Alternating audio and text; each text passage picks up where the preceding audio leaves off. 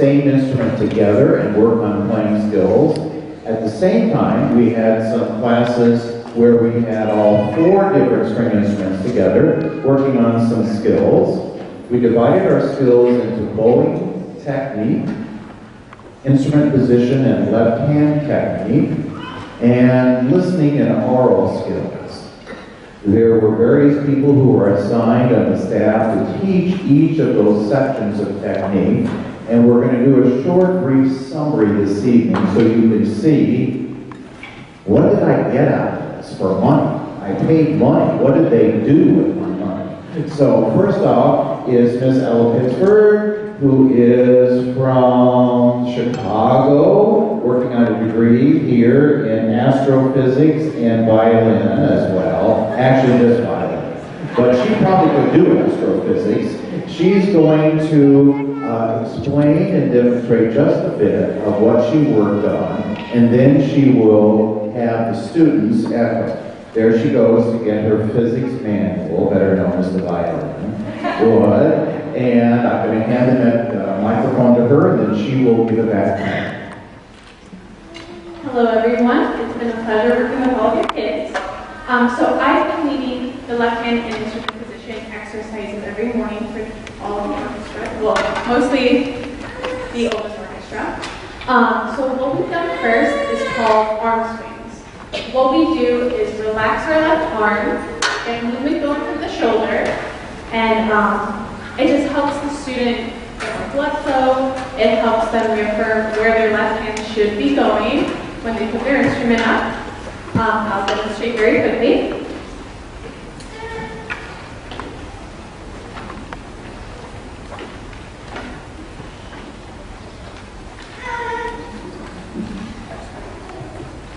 And so after the arm swings every morning, what we've been doing is writing the rails. Basically, we put all 4 fingers, all 4 playing fingers, in between our middle 2 strings, and then we actually slide our fingers all the way up and down the fingerboard. And what that does is it reaffirms proper left hand shape. We don't have any collapsing fingers, our wrists aren't caved in. The students won't be able to do this properly if they're squeezing. That's also an extra reminder of not to squeeze your left hand. Students actually fall into that bad habit really easily, and it'll affect their intonation, it'll make playing uncomfortable if they don't want to practice. So we add thumb taps, and it reminds them where in the left hand across their second finger they should be placing their thumb. And after that, our very last exercise for left hand shape is actually specifically for finger placement. We call it add a note. And basically, we take a familiar scale, in this case D major. We start with a small snippet. I'll play it once and the students echo. And then I'll add a note every time and we'll continue to echo. And that is really great oral training. So the students listen to their peers and they listen to my example. It also helps them with consistency and accuracy of finger placement. So we'll go ahead and show you what we've been working on.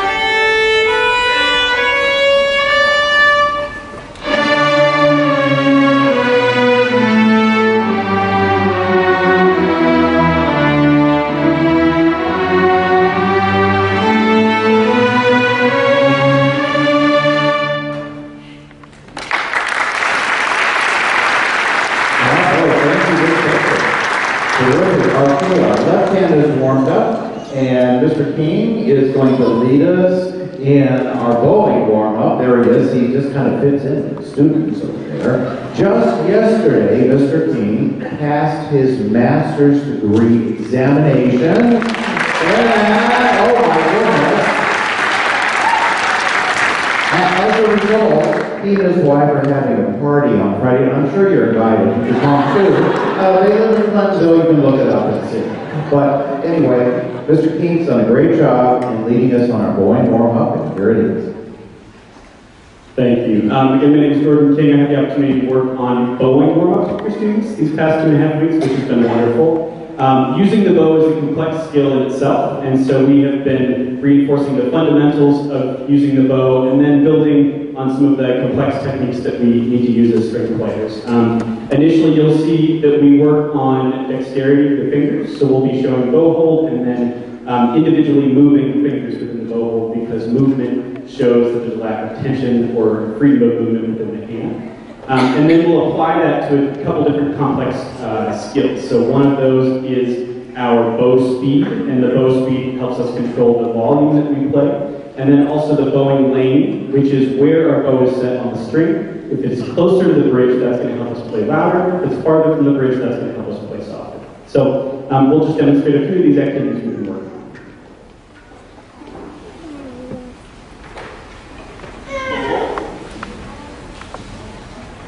First finger, second finger, third finger, fourth finger, first and third finger,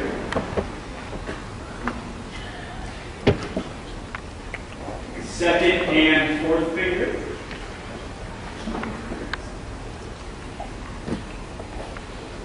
bumpy thumb, D string, watch first, 5 miles per hour.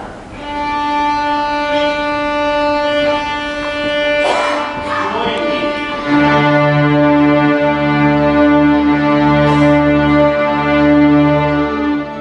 10, watch first.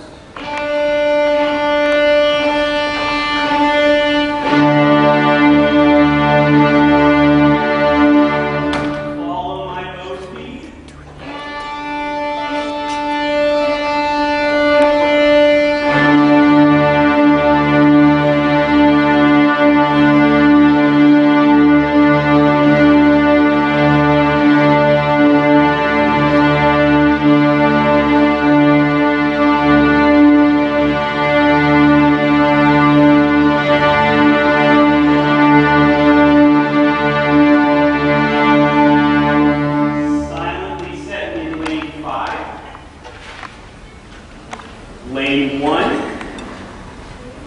lane 4, lane 2, and lane 3. Thank you.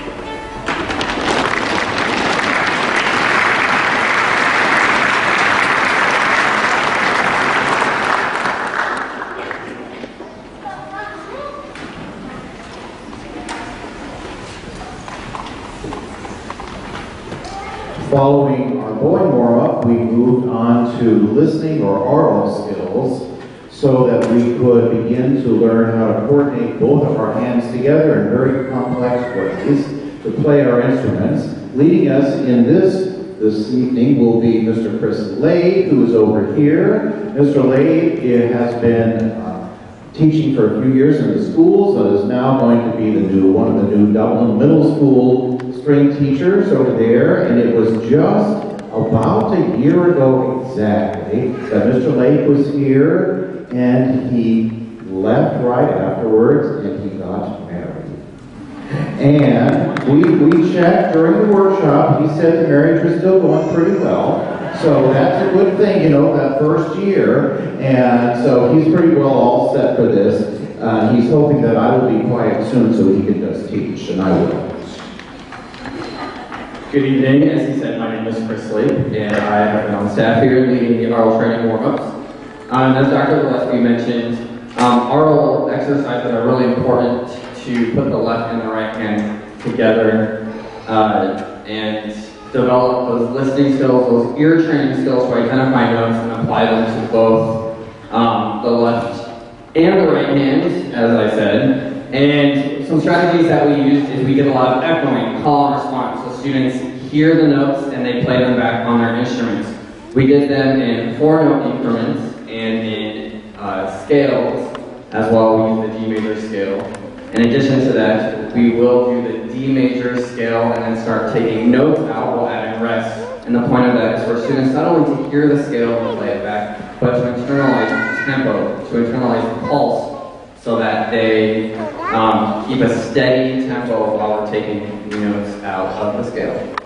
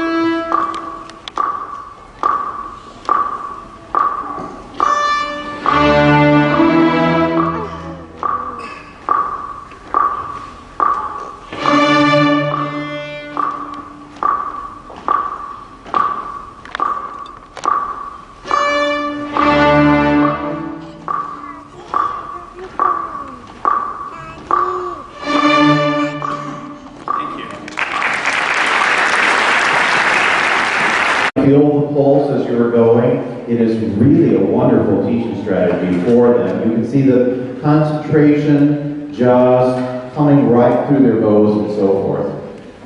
Then we ended our technique portion each day in our workshop by creating a story that we all learned the sound effects and the melodies by ear so that we could actually incorporate the bowing, the left hand, and the ear training technique within a fun kind of motivational way. We wrote down all the sound effects, taught them, and then invited any students who want to write a story that would incorporate all those sound effects. And we had a number of story writers. Would all the people who wrote stories and submitted them please stand up so we can thank you? Go ahead, stand up. There's Michael. Yes. Bravo. Let's thank them. These are wonderfully creative people.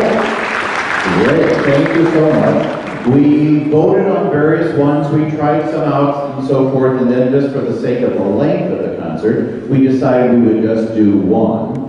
And so we will do this particular story. I need to put the microphone down in order to play and do this, so I will try to be as loud as possible. My wife said that shouldn't be a problem. So we'll just try it here. But anyway, this is the OSU Summer Morning Strings Workshop story by Sam Garcia.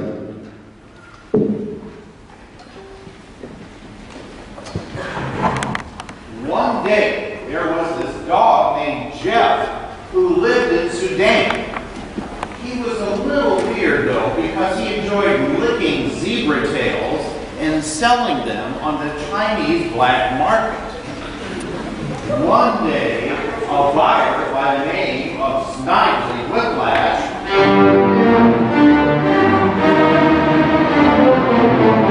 called him and told him that he had bought 50 tails, but they didn't come in the mail. Jeff, being a dog, didn't know what to do, so he just hung up the phone.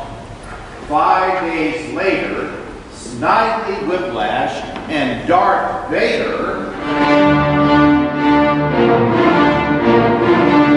were at his house, and they shot Jeff and stole the zebra tails. While this was happening, Dudley Do-Right and his girlfriend, the love of his life, Sweet Sue,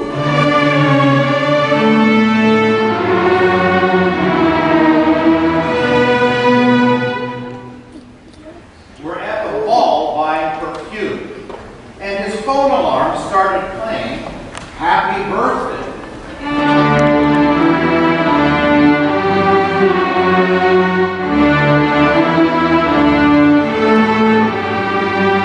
Dudley's heart started beating quickly. And then he died. But immediately Sweet Sue called the ambulance while a creepy old man in women's clothes departments began a creepy old man laugh.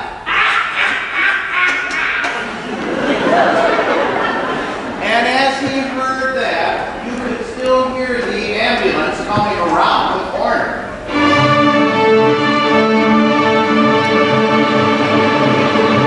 When he arrived, in the ambulance was Santa Claus.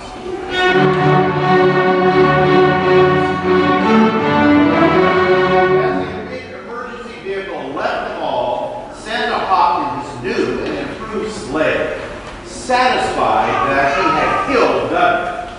And then he flew away. Unfortunately, due to Mother Nature and maybe some karma, it began raining.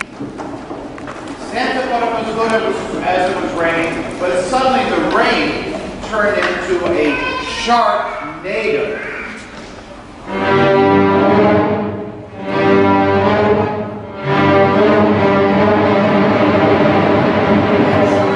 Falling from the sky, humming the funeral march.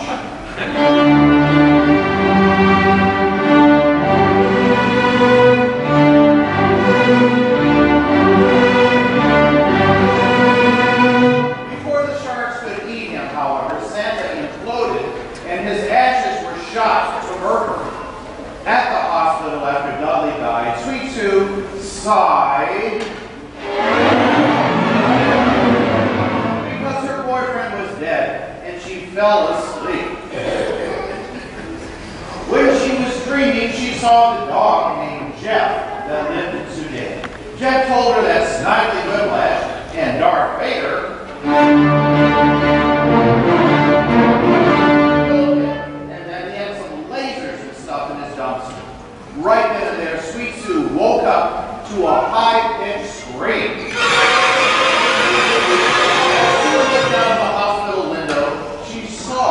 Sloopy.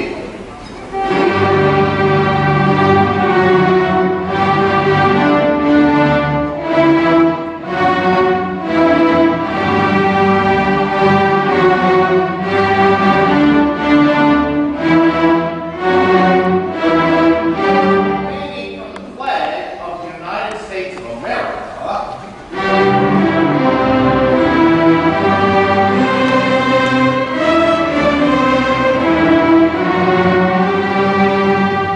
While an owl sat on his shoulder.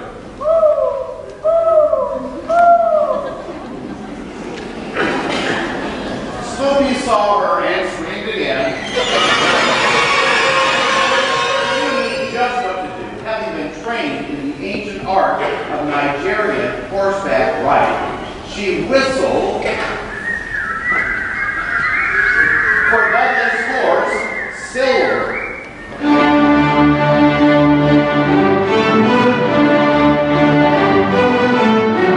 As she hopped on Silver's back in the air, I might add, she rode up the flagpole as loudspeakers blared the Mission Impossible theme.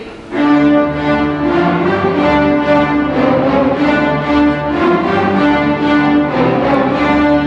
the minute she had saved Sloopy.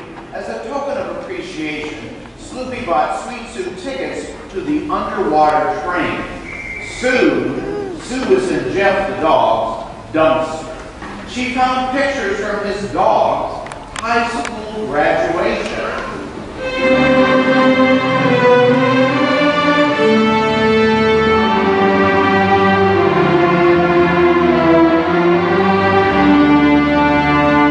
Wedding pictures and birthday pictures and a strange picture of him licking a tail.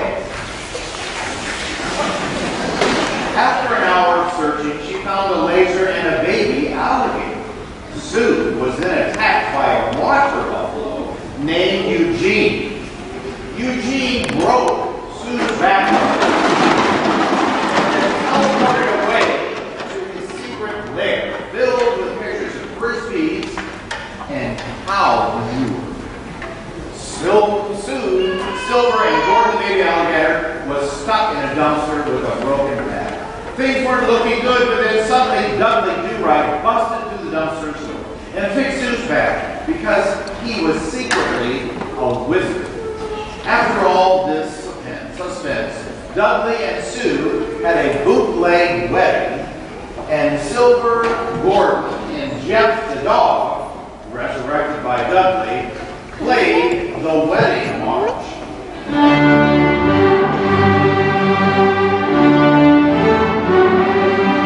With trumpets from the time of the dinosaurs, all was well until Darth Vader and Smiley Whiplash burst the already broken dumpster door and had a rap battle with Gordon the baby alligator. After 30 minutes of some furious rapping, great rhymes, and savage roasts, Gordon won the rap battle by telling Darth Vader that his face looked like a hydrated picnic. Darth Vader ended his career and promptly turned into an attack elephant. Gordon then bit Snidely in his jugular vein, chewed it up, spit it out, and after all this chaos, Dudley, Sue, Jeff, Gordon, Silver, and Eugene the water buffalo, who became actually a good person because he too had some furious rap skills, flew to North Korea where they had a party hosted by Billy Mays. But wait, there's more. You have to come back next year to hear the ending. The End by Sam Garcia.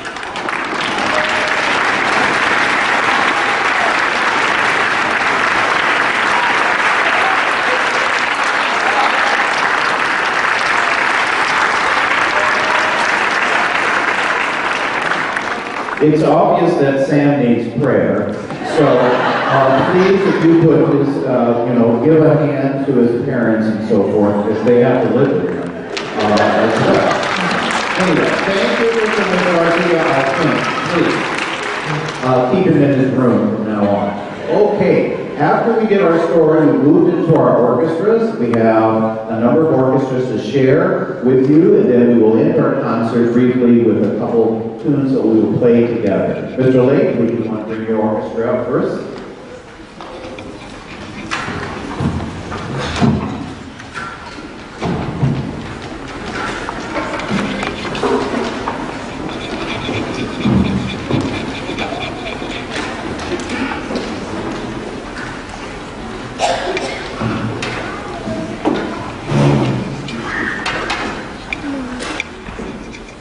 Hello again.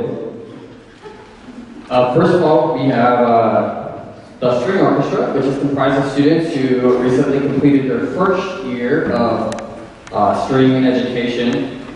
I've really enjoyed working with these students. It's been a lot of fun. We've been working on a lot of old concepts and a lot of new concepts as well. Some of the things that we've been working on are contrasting styles.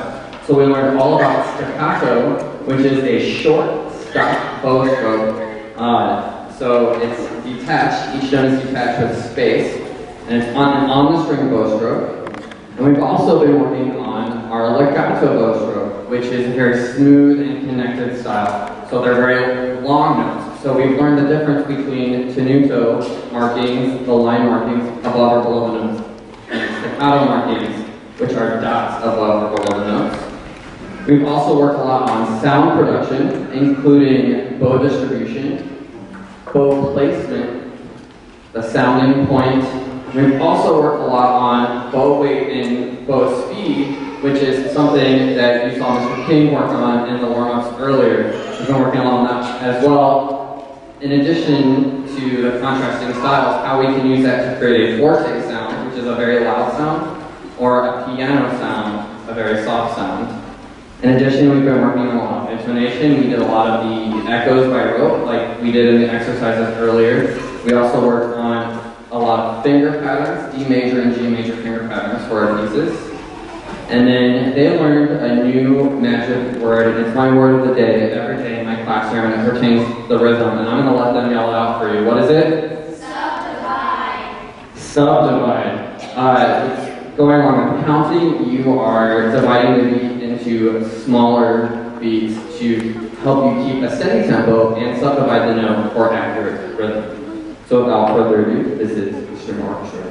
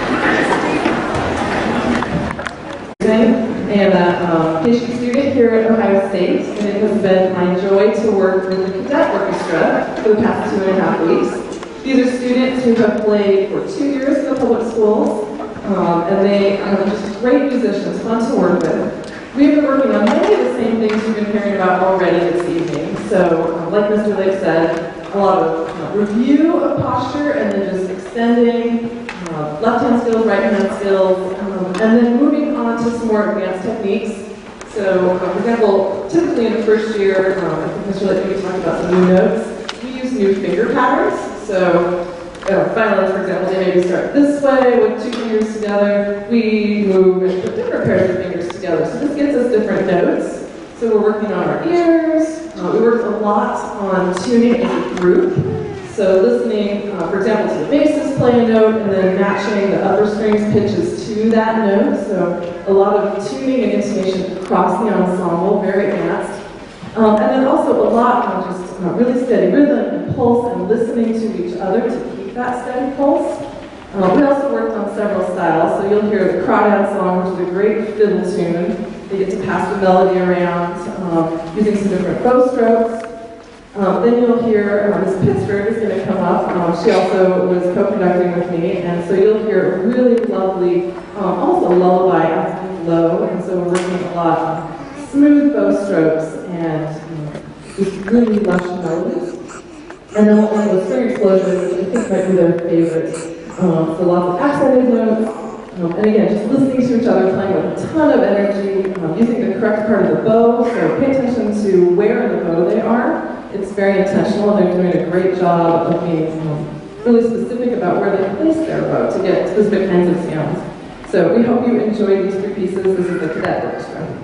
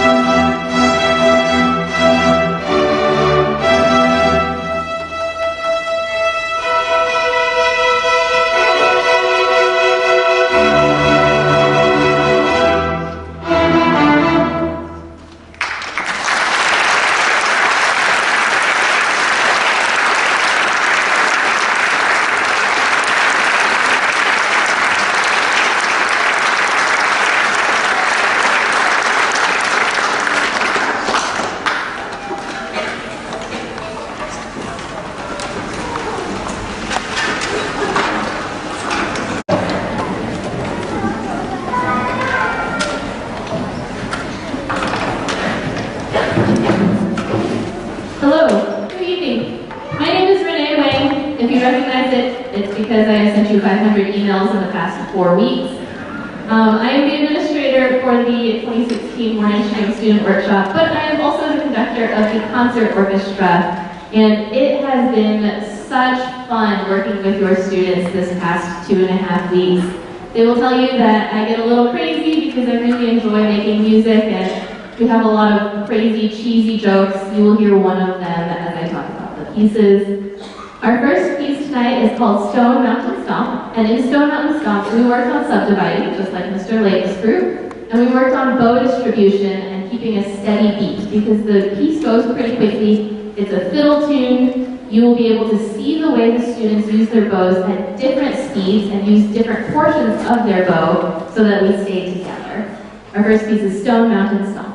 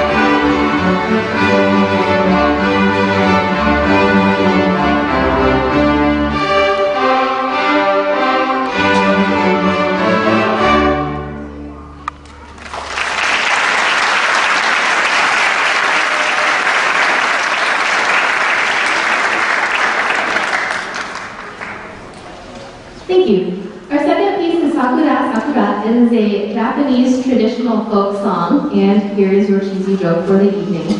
We worked on keeping a steady tempo in this Japanese folk song, which is from Eastern Asia, not Eastern Europe. So we were playing in a Japanese and not Russian style. We actually really worked very hard on not speeding up the eighth notes. Somebody in the bass section just got the joke. We really worked hard on keeping a steady beat throughout. You will hear different sections take turns playing the eighth notes, and they have extended passages with the eighth notes, which tend to speed up if we are not careful about our bow speed. We work on keeping our bow speed constant, playing a legato, smooth, connected style.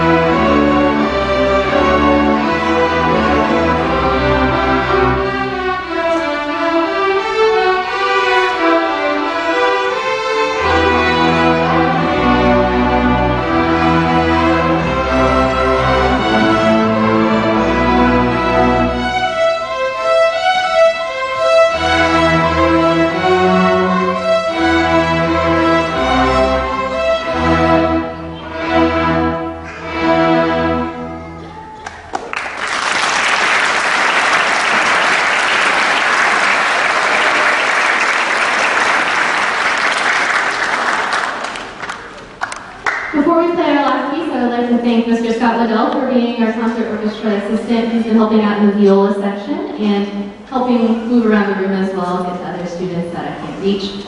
Our last piece for you today is called Summer Stomp. And in summer stomp, we worked on extended hand positions. So we worked on high threes in the violins and violas. We had a forward extension in the cellos. We also worked on string crossings on all the instruments and working on accents as well. So you'll hear a bunch of different right and left hand skills that we put to use in summer stomp.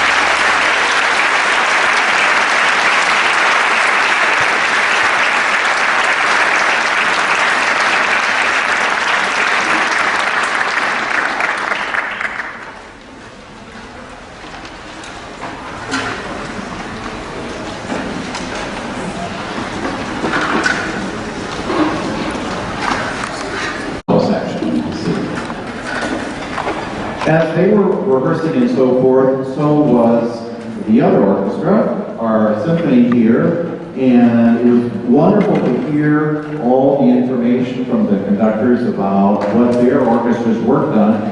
We really didn't do much in ours. We just kind of sat around and so forth. Now, if you know Dr. Leslie, we worked hard, but we want to do the following. First, we want to give a rousing thank you to Mr. Alan Mason, who has spent the last 2.5 weeks working with our bass section over here. Mr. Mason. Yes, he is an undergraduate from Kansas. And then Miss Snyder, would you please, John Snyder is an OSU graduate. Wonderful scholar. Oh, she brought all your family with you. I didn't know you got people yelling for you and everything. That's amazing. Anyway, she lives in Delaware and is one of the rocks of streams in Delaware, which is wonderful. We did get an opportunity, I did get a chance to introduce Miss Liz Peterson from the Seattle area, who just completed her first year in a PhD program in music education strings. Over here, we already got to hear from Mr. Lake, who has done a wonderful job in the Newark schools, actually, and now is moving to Dublin, or as one of my uncles says, Dublin. Anyway, over there, his stand partner is someone whose name I never get right. There she is. Let's give her a hand. She's a wonderful lady, and involved in a master's degree program here. Miss Ella Pittsford, who we already got to thank again as a conductor. Also, and Miss Wang, of course, our administrator. Dr. Leslie Moss, who keeps in mind as much as possible. And then we have our wonderful Rachel over here. Robin Jackson, yes, exactly. She just completed part of her first year of high school was a transfer student from Kent State. And now living in Columbus, right? Yeah, she says, okay, good, okay. She hasn't graduated yet. we'll work on that part. Okay, and then somebody who we thought for sure would leave out is Mr. Waddell over here, who actually is a wonderful percussionist. His father is a violist, professional violist in the Columbus Symphony. His mother is a string teacher in Worthington, and despite all that, he's going into music teaching. Let's welcome Mr. Waddell over there. There he is. Thank you for that. Everybody. Okay, good. All right. Thank you so much. As I said, we didn't do much on our orchestra, but we'll share a few tunes with you. This first one is called Rustic Dance by a composer whose name is Elliot Del Morgo, very well-known band and orchestra composer. I've had the opportunity to conduct many orchestra concerts with him, and this is his Rustic Dance.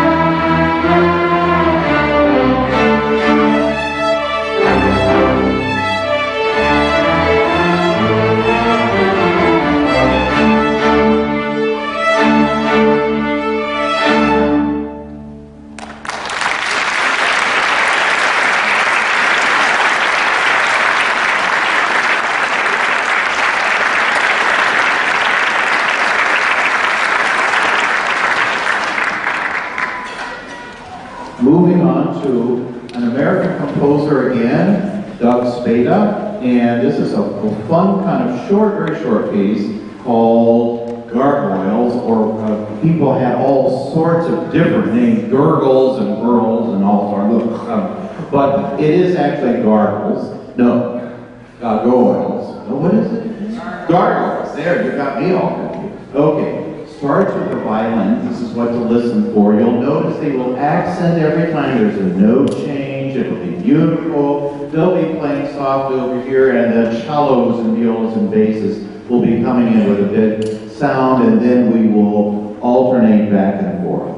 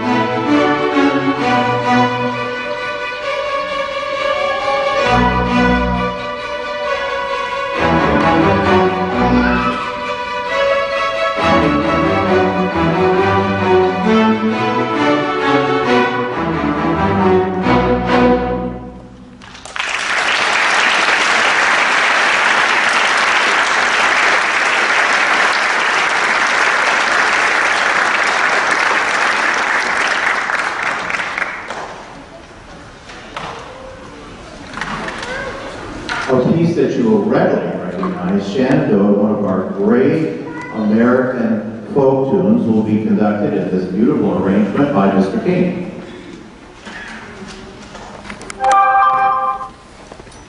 Shenandoah has been a great opportunity for us to work on playing here and work on our phrasing within a melody.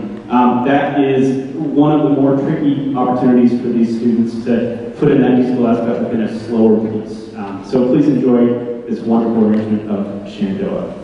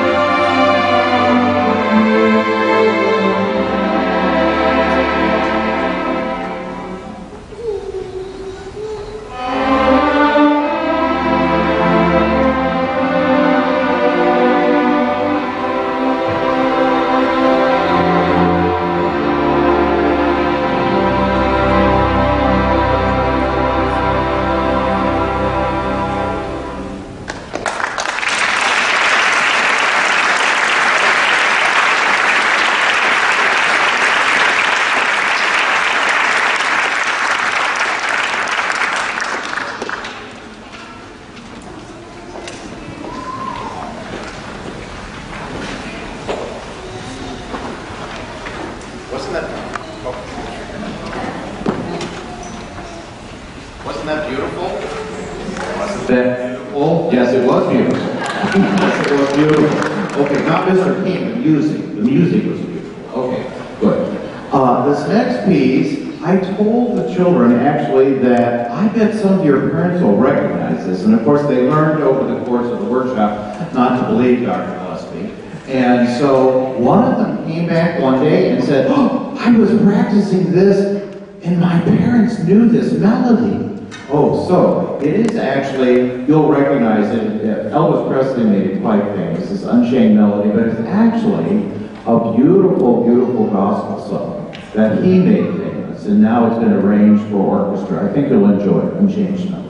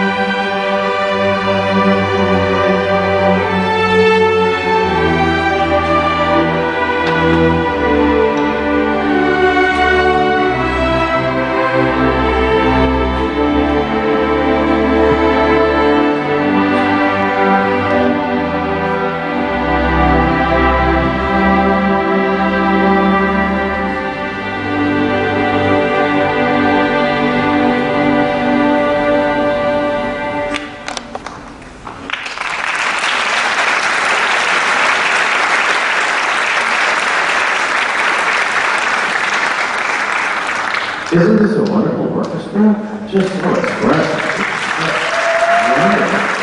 Great. Okay, so our last tune, of course, like the other orchestras, we've got to play some fiddle things and so forth. So this is called Red Pepper, and it's by a composer who lives in Kansas City. And I told some of the staff, I was working in the Atlanta area, I shouldn't have said that, but I was working in that area. I was invited down to help some orchestras and teachers and so forth. And I heard this piece, and I thought, gosh, if it was played beautifully, it would be a wonderful piece. So I said, we got to do this at OSU. So I think you'll hear a wonderful version. In fact, you better hear a wonderful version of Red Pepper.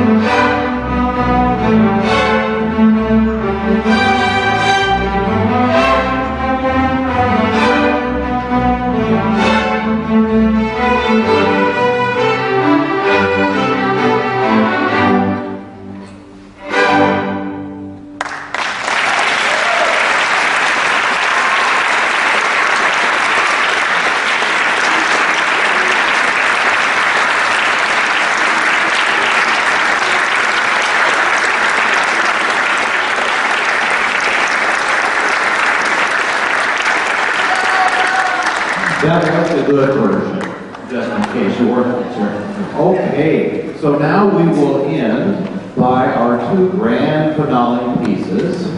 And as we're getting ready for that, we have a special guest in the audience. Is Dr. Jones, are you with us this evening? Where's Dr. Jones? Is he here, Dr. Jones? Well, I guess I won't do that, I guess. He said, anyway, Dr. Jones is the person who oversees all of the youth programs in the summer, and a land-grant university, paid by your tax dollars, of course, should be doing incredibly wonderful research, working with the future generations of teachers and scientists and musicians and all sorts of things, but also reaching out to the community. So on behalf of the School of Music, we have clarinet workshops, flute workshops, string workshops, band workshops, for good teachers, for bad teachers, all sorts of workshops. And that's our outreach to you. And in fact, 2 weeks from now on this very stage, there will be about 90 string teachers from 28 states, the Philippines and England here for 6 days to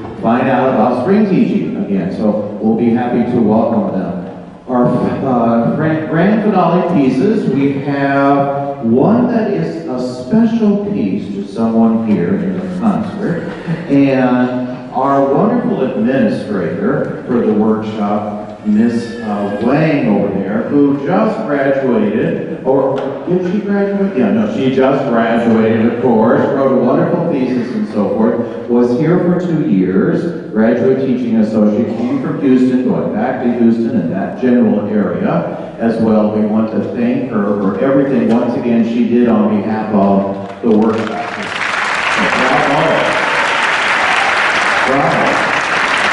And this piece has a special place in Miss Wang's heart. I didn't know this piece until 2 years ago when she started knocking on my head about this piece.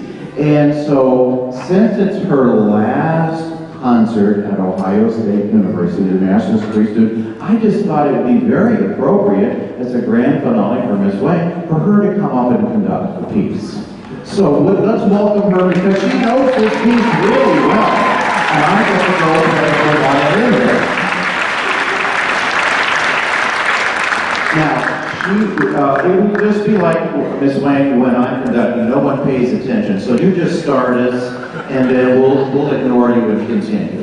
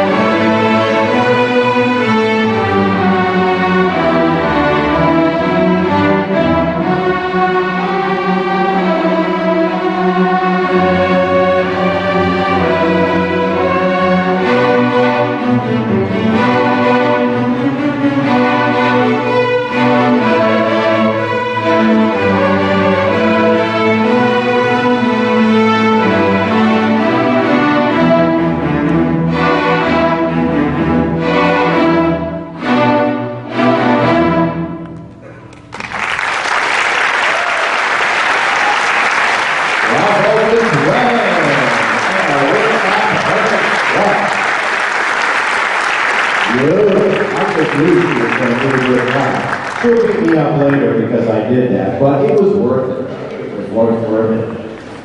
So, about in the middle of December, you will begin to receive information about the following summer's workshop. We're always about this same time of the year, second week, third week in June to the end of June, 1st of July, and so forth, how the calendar goes. Thank you so much for giving us the opportunity to work with your wonderful children. Almost all of them are wonderful people. And so the others we're working with and so forth. And we'll keep them for a few more weeks if you don't mind. Okay. Anyway, we'll have some announcements at the end that Ms. Wayne will give us about our music and pack up and so forth. That's your chance to get to the reception and get something to eat and drink, because once we get there won't be a thing left. So, just wait for us. You head out while we do our thing at the end. And of course, you could not have a workshop concert without Hang On. I thought it was Sloopy, but on the first day I announced it, somebody said, Sloppy. No. Hang On Sloopy, of course. Feel free to rock on. Here we go.